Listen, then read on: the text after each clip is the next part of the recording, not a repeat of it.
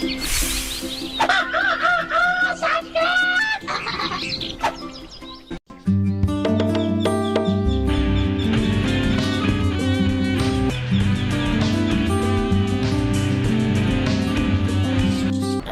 lu.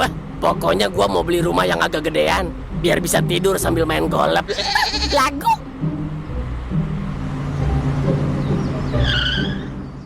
Ini kan rumah yang lu maksud? Iya, Mal. Dari dulu seneng banget gue lihat rumah ini. Adem kayaknya. Apa nggak serem, Pak? Ya tergantung. Kalau harganya MM-an serem sih. Ya pasti MM-an, Tuan Rungkat. Rumah segede gini mah. Coba aja dulu yuk. Turun yuk. Itu ada bannernya tuh. Ayo. Ini bukan rumahnya peninggalan Belanda itu ya, Tuan Rungkat? Itu lu tahu, Bi? Tahu dari mana lu? Tua lu dasar. Ya kan saya pernah disuruh kerja di sini sama bapak saya. Sayanya yang nggak mau. Kenapa nggak mau? Hah? Bete, Yot. Lu lihat aja noh. Gue suruh ngurusin rumah kosong, mana sepi. Justru itu. Karena sepi gue suka nih rumah. Kalau sepi, lu nggak bisa pamer ke orang-orang dong, Kat. Kalau lu sultan. Waduh, iya juga ya, Mal. Dari ribuan kalimat lu, baru kalimat ini yang masuk di kuping gue. Sopo ya iku? Aku melangkah selangkah lebih maju, mencoba mengikis jarak dan kecanggungan di antara kami demi kelancaran urusan penjualan bangunan tua ini. Aku menjelaskan kepada Bapak Rungkat yang menawar rumah ini tentang setiap sudut ruangan, kualitas kayu jati yang masih kokoh, hingga luas tanah yang membentang di sekelilingnya. Meskipun gaya bicaranya yang meninggi sempat membuat hatiku agak risih, aku tetap berusaha menjaga profesionalisme sebagai seorang penjaga yang sudah dipercaya belasan tahun. Aku menjabarkan semua detail fisik bangunan ini dengan sabar, berharap pria kaya baru yang ada di depanku ini benar-benar paham bahwa nilai properti yang sedang ia tawar tidaklah sembarangan. Melihat bagaimana tatapan matanya menyisir pilar-pilar besar dengan dahi berkerut, aku merasa perlu meluruskan beberapa hal yang sering kali menjadi buah bibir miring di kalangan orang-orang luar. Tapi sebelumnya aku jelasin dulu tentang rumah ini, sebuah bangunan bersejarah yang tidak hanya sekadar tumpukan batu bata dan semen, melainkan sebuah saksi bisu dari akhir masa kolonial yang masih berdiri tegak hingga detik ini. Aku ingin dia menghargai esensi dari tempat yang akan dibelinya, bukan hanya melihatnya sebagai komoditas pamer kekayaan semata, agar dia tahu bahwa rumah peninggalan Belanda ini memiliki jiwa yang kuat di balik dinding-dinding tebalnya. Sambil menunjuk ke arah koridor tengah yang agak gelap karena minimnya pencahayaan sore, aku mencoba menyinggung rumor yang sering beredar di desa ini dengan nada sedikit berguyon. Kata orang rumah ini kelihatan horor, penuh dengan cerita mistis tentang penampakan noni Belanda atau suara-suara aneh saat tengah malam tiba yang seringkali membuat para calon pembeli sebelumnya langsung urung melangkah lebih jauh. Aku tahu desas-desus seperti itu bisa menurunkan minat atau bahkan menjatuhkan harga jual.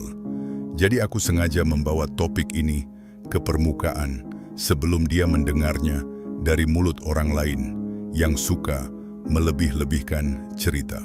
Aku tersenyum tipis melihat ekspresi wajahnya yang datar, lalu melanjutkan penjelasanku dengan penuh keyakinan untuk mematahkan segala mitos menyeramkan tersebut.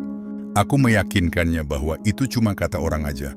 Buktinya aku betah ngerawat rumah ini sampai sekarang tanpa pernah diganggu atau mengalami kejadian aneh yang mengerikan seperti yang mereka bicarakan di luar sana. Bagiku, rumah ini justru memberikan rasa damai yang luar biasa. Jika kita memperlakukannya dengan hormat dan selalu menjaga kebersihannya, maka aura negatif yang dituduhkan orang-orang itu akan hilang dengan sendirinya, tergantikan oleh kehangatan. Sembari mengusap debu tipis di pegangan tangga melingkar, aku mulai membeberkan status kepemilikan sah dari aset berharga ini agar dia tidak ragu mengenai legalitas hukumnya nanti. Aku menjelaskan bahwa pemilik rumah ini ada di luar negeri atau Belanda. Mereka adalah keturunan langsung dari keluarga asli yang membangun tempat ini dan sudah menetap di Eropa sejak puluhan tahun yang lalu. Karena jarak yang sangat jauh itulah mereka mempercayakan seluruh urusan perawatan dan penjualan ini kepadaku, sehingga proses transaksinya nanti dijamin bersih, jelas, dan langsung berhubungan dengan perwakilan resmi tanpa perantara yang berbelit-belit.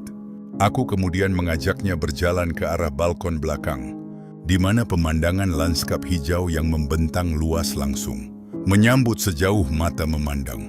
Aku menekankan keunggulan utama dari properti ini, memberitahu dia bahwa lokasi rumah ini enak, sunyi, sepi, jauh dari kebisingan jalan raya utama atau hiruk-pikuk tetangga yang gemar bergosip. Suasana di sekitar pekarangan ini begitu asri dan tenang, hanya diiringi oleh suara gesekan daun-daun pohon tua dan kicauan burung, sebuah kemewahan hakiki yang rasanya sangat sulit ditemukan di kawasan perumahan modern zaman sekarang. Dengan nada suara yang sengaja kubuat lebih ramah dan persuasif, aku mencoba menyentuh sisi personalnya. Sebagai seorang pria yang kini telah mapan secara finansial, aku berkata dalam hati bahwa tempat ini memang cocok untuk Bapak Rungkat yang ingin menikmati masa tuanya nanti dengan ketenangan yang paripurna setelah bertahun-tahun lelah berjuang di kerasnya dunia luar. Di rumah yang terasing ini, dia bisa melepaskan semua beban pikiran, duduk di beranda sambil minum teh hangat, tanpa perlu mengkhawatirkan gangguan dari siapapun. Sebuah tempat peristirahatan yang sangat ideal bagi seorang miliarder yang ingin mengasingkan diri dalam kemewahan. Setelah menyelesaikan seluruh rentetan penjelasanku yang panjang lebar, aku terdiam sejenak untuk memberikan waktu bagi Pak Rungkat mencerna semua informasi yang kuberikan. Aku memperhatikannya yang tampak mengangguk-angguk kecil, memberikan isyarat bahwa argumen-argumenku tentang kenyamanan rumah Belanda ini mulai masuk ke dalam pertimbangannya. Meskipun dalam hati aku masih merasa dia terlalu sombong dan curiga dari mana asal-usul kekayaannya yang mendadak itu, aku tetap berharap penjelasanku hari ini bisa mengunci kesepakatan harga yang tinggi, agar tugasku sebagai penjaga bisa berakhir dengan sukses besar.